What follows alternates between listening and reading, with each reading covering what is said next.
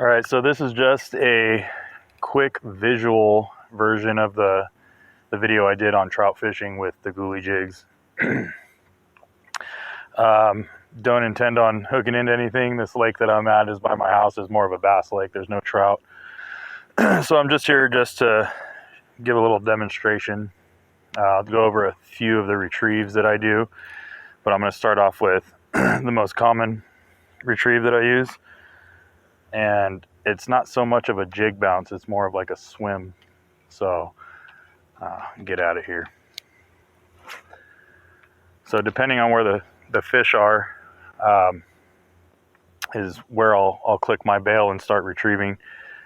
Typically where I fish, it's not super deep. The fish kind of hold up shallow, so a lot of the times I'll cast, let it hit the water, click my bail and start to retrieve. So your typical jig bounces, and hopefully you can see this, it's just kind of like this. You're just kind of bringing it in nice and steady. A little bit of a bounce on the tip, keeping it nice and steady the whole way in.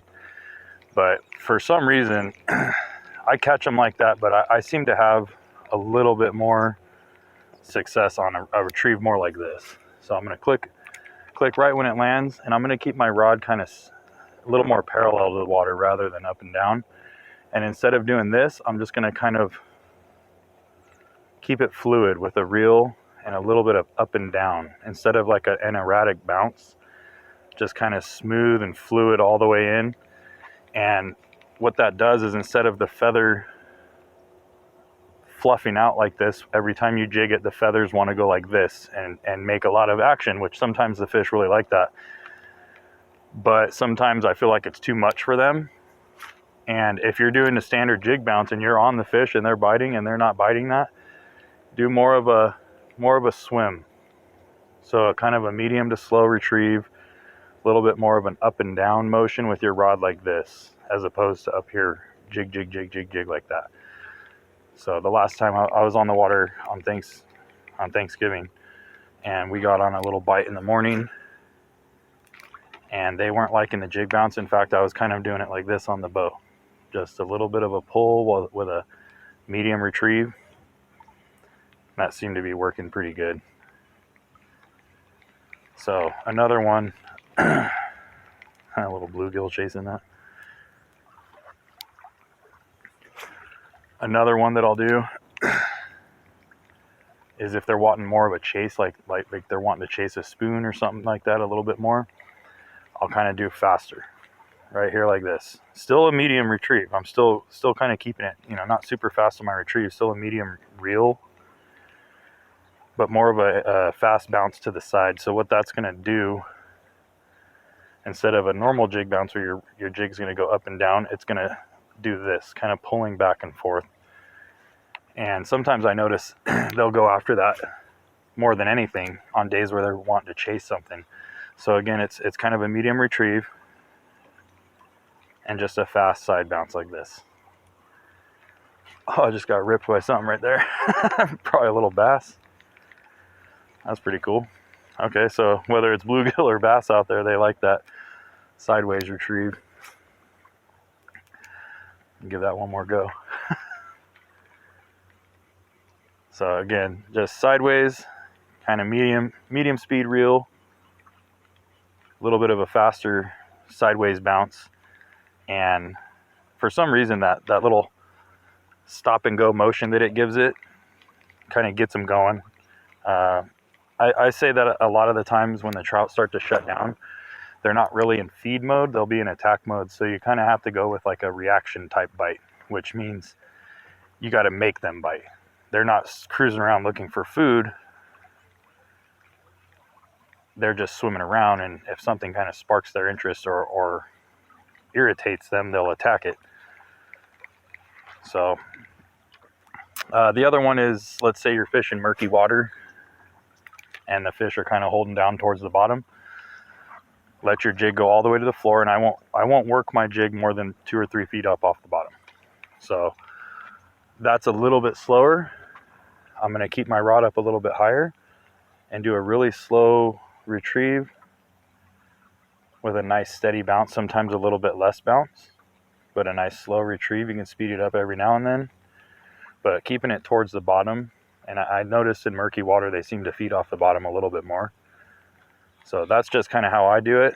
That's the best results I've had, or people that fish lakes that are murky more often, feedback that I get from them is that they're fishing slow and on the bottom.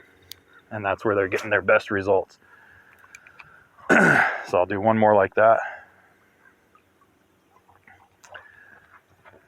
So again, if you're you're fishing on the bottom, if you start reeling too fast, you're going to come way up off the bottom. You don't want that. You want to stay down there, so you want to keep your reel speed pretty slow. And I play around back and forth from aggressive bounce to non-aggressive bounce. So this to me is an aggressive bounce. You got a pretty good bounce action going, and then this would be my non-aggressive bounce. Just kind of barely moving it, and it really has to do a lot with that tail feather. The more you bounce it, the more that feather is going to move. Sometimes that's what they want. Sometimes it's too much for them and they don't really like it. So I'll give one more example. And this you can even do with tube jigs, but I don't ever see anyone doing it. And whether your rod is here or to the side, I'm more comfortable with my rod off to the side a bit. So that's typically how I'll hold it. But I'm just going to do like a steady retrieve. Every now and then a couple reels to speed it up a little bit, but zero bounce. Just a straight swim. When that feather is wet and not being bounced, it tends to like straighten out and be more like a pintail. So sometimes they don't want any movement at all. They just want something that's swimming and that they can chase down and eat, like a quick, easy meal. So steady, nothing at all. Just reeling it in. I'll speed up every now and then. You got to remember, these things are chasing it down because they think it's food. So, if they got a big predator fish behind them chasing them down, the bait fish or whatever your bait is mimicking, it's going to run away from a predator fish. It's not going to go the same speed. So every now and then, whether you're throwing a spoon, a crankbait, or one of our jigs, every now and then, just give it a little bit of a speed up. And if there is one following, a lot of times that'll get them to chase hard and get that reaction bite out of them.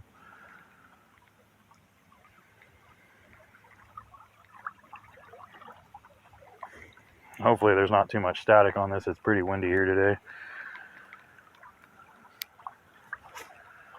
I'm going to give one more of those jerking type. This one right here. This one and that swim where the rod is parallel and just kind of doing like an up and down swim, medium speed. This one and that one are probably my top two retrieves. In fact, this one probably like 60% of the time I'm going to do like this when I'm trout fishing.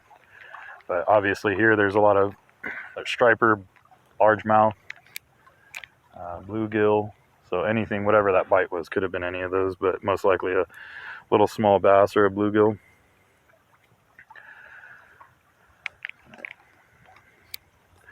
All right, last one. Again, you can leave down in the comments if there was something else that you wanted to know that I didn't go over. But I just wanted to give a quick visual on how I work the rod, because you can get only so much out of verbal explanations. All right.